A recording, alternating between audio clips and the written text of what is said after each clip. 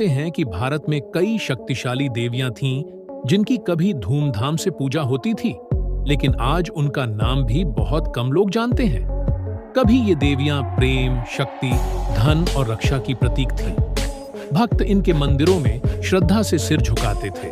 अनगिनत कहानियां और अनुष्ठान इनके नाम पर किए जाते थे, लेकिन समय के साथ इनकी पूजा धीरे धीरे विलुप्त हो गई।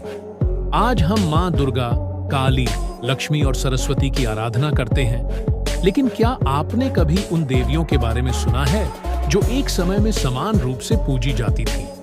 आज तोमर इन्फॉर्मेशन पर हम आपको उन 12 शक्तिशाली देवियों के बारे में बताएंगे जिनकी पूजा कभी पूरे भारत में होती थी, लेकिन अब वे सिर्फ ग्रंथों में सिमट कर रह गई हैं। वीडियो को अंत तक जरूर देखें, क्योंकि हम इतिहास के सबसे अनदेखे और रहस्यमय अध्याय को खोलने जा रहे हैं। 1.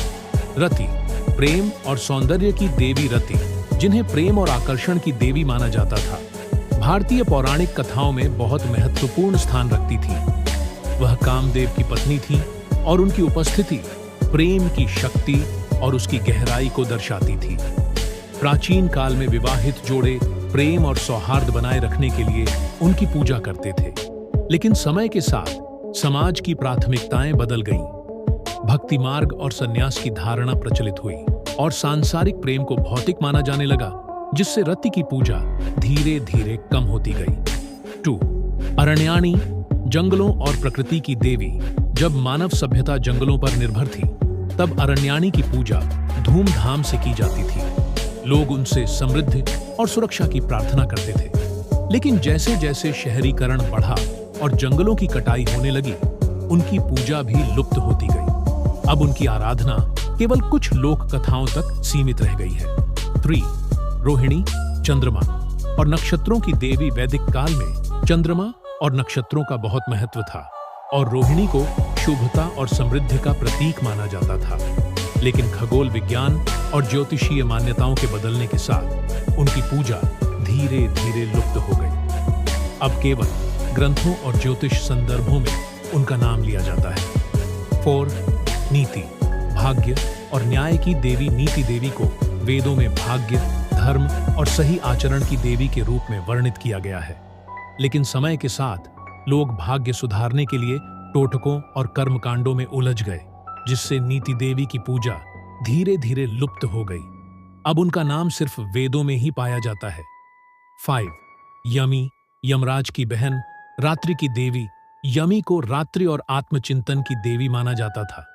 पुराणों में उन्हें मृत्यु और जीवन के संतुलन की प्रतीक बताया गया है, लेकिन कालांतर में उनकी पूजा समाप्त हो गई और अब केवल भाई बहन के प्रेम के प्रतीक रूप में उनकी कहानी सुनाई जाती है। 6. मानसा देवी, सर्प और विष से रक्षा करने वाली देवी। मानसा देवी को विशेष रूप से पूर्वी भारत में पूजा जाता था, क्योंकि वहां सर्पदंश आम समस्या थी, लेकिन आधुनिक चिकित्सा पद्धतियों के चलते अब उनकी पूजा केवल कुछ क्षेत्रों तक सीमित रह गई है। 7. शीतला माता, बीमारियों से बचाने वाली देवी। प्राचीन समय में जब चिकित्सा सुविधाएं सीमित थीं, तो लोग महामारी से बचने के लिए शीतला माता की आराधना करते थे, लेकिन टीकों और दवाओं के विकास के साथ उनकी पूजा अब सीमित स्तर पर होती है। 8. वज्रेश्वरी, तंत्र साधना की देवी। वज्रेश्वरी को तंत्र साधना, योग और कुंडलिनी जागरण से जोड़ा जाता था, लेकिन समय के साथ तंत्र विद्या को अंधविश्वास या काला जादू समझा जाने लगा, जिससे उनकी पूजा लगभग विलुप्त हो गई। 9. छिन्नमस्ता, आत्म बलिदान की देवी। छिन्नमस्ता का स्वरूप अत्यंत रहस्यमय और भयावह है। वह आत्मत्याग और ऊर्जा के प्रवाह का प्रतीक है। तांत्रिक साधक उनकी आराधना करते थे, लेकिन समय के साथ उनके भयानक स्वरूप के कारण समाज ने उनसे दूरी बना ली।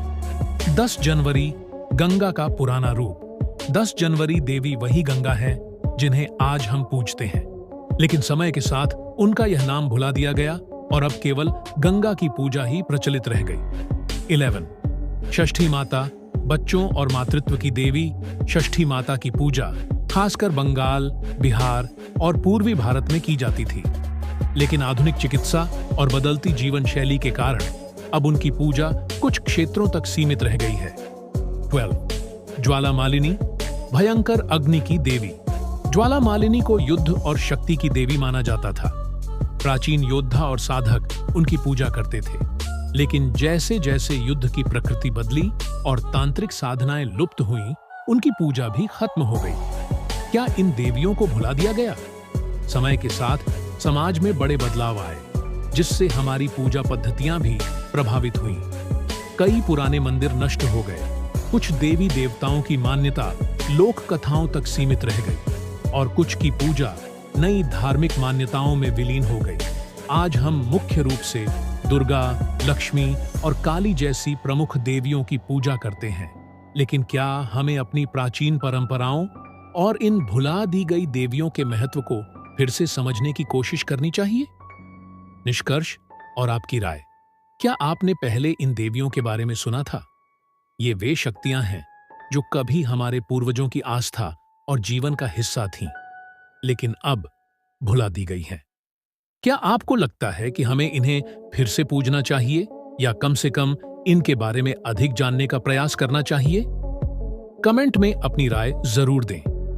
अगर आपको यह वीडियो पसंद आया हो तो लाइक और शेयर करें, ताकि और लोग भी इन छुपी हुई कहानियों को जान सकें।